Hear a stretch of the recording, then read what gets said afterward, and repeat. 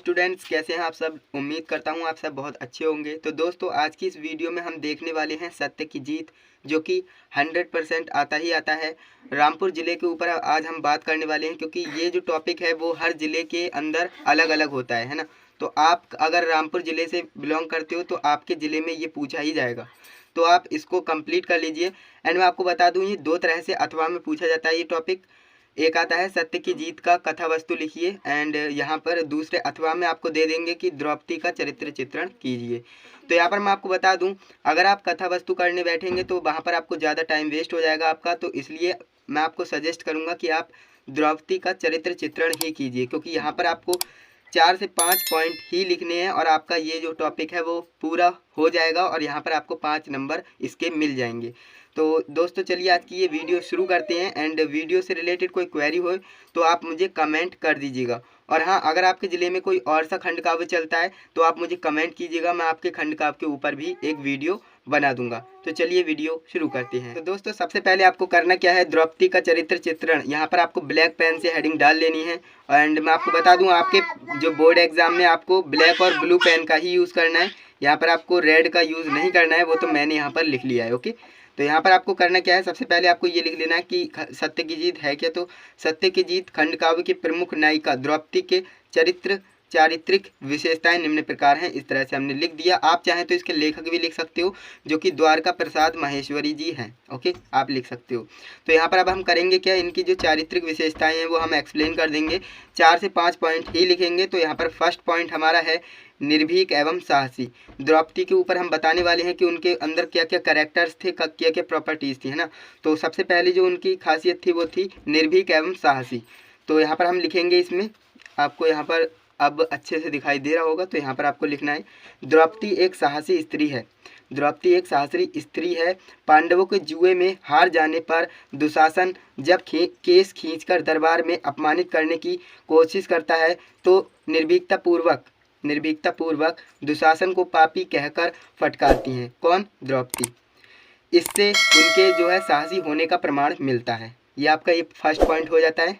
आपको दोबारा से समझा देता हूँ। द्रौपदी एक साहसी स्त्री है।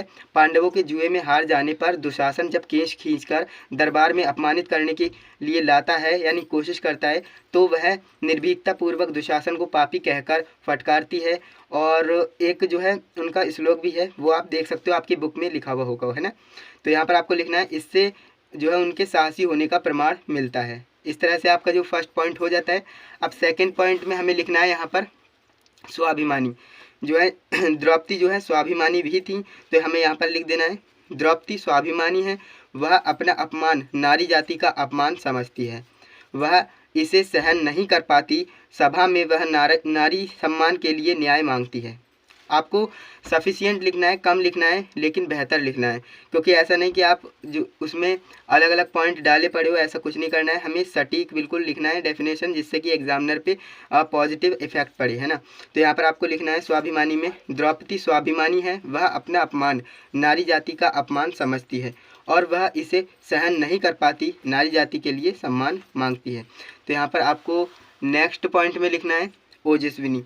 जो द्रौपदी थी वो ओजस्विनी थी। तो यहाँ पर आपको लिख देना है द्रौपदी एक ओजस्विनी स्त्री है। वह अपमान होने पर वह सिंहनी के भांति दहाड़ती है।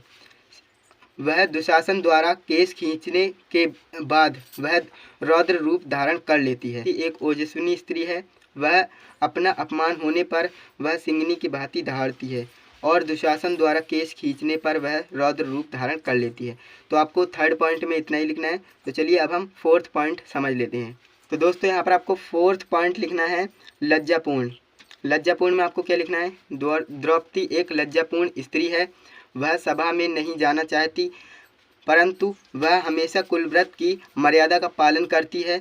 इससे उसके लज्जापूर्ण होने का प्रमाण मिलता है। आपको 2 से 3 बातें ही लिखनी है हर एक पॉइंट में। ओके, एंड आपका जो फोर्थ पॉइंट है उसे समझ लेते हैं। तो द्रौपदी में शक्ति, ओज, तेज, स्वाभिमान तथा बुद्धि के साथ साथ सत्य, शील और धर्म का पालन करने वाली शक्ति भी है।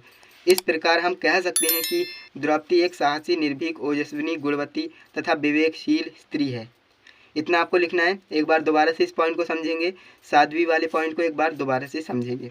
द्रौपदी में शक्ति, ओज, तेज, स्वाभिमान और बुद्धि के साथ साथ सत्य, शील और धर्म का पालन करने वाली शक्ति भी है। इस प्रकार हम यह कह सकते हैं कि द्रौपदी एक साहसी, निर्भीक, ओजस्विनी, गुणवती तथा विवेकशील स्त्री है।